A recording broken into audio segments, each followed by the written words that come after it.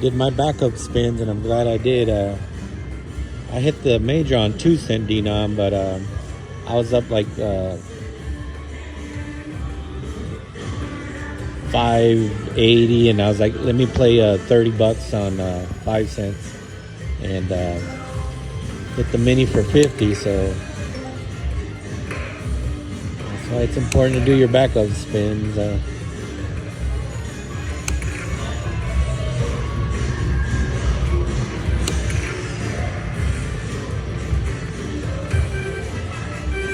All right, not bad.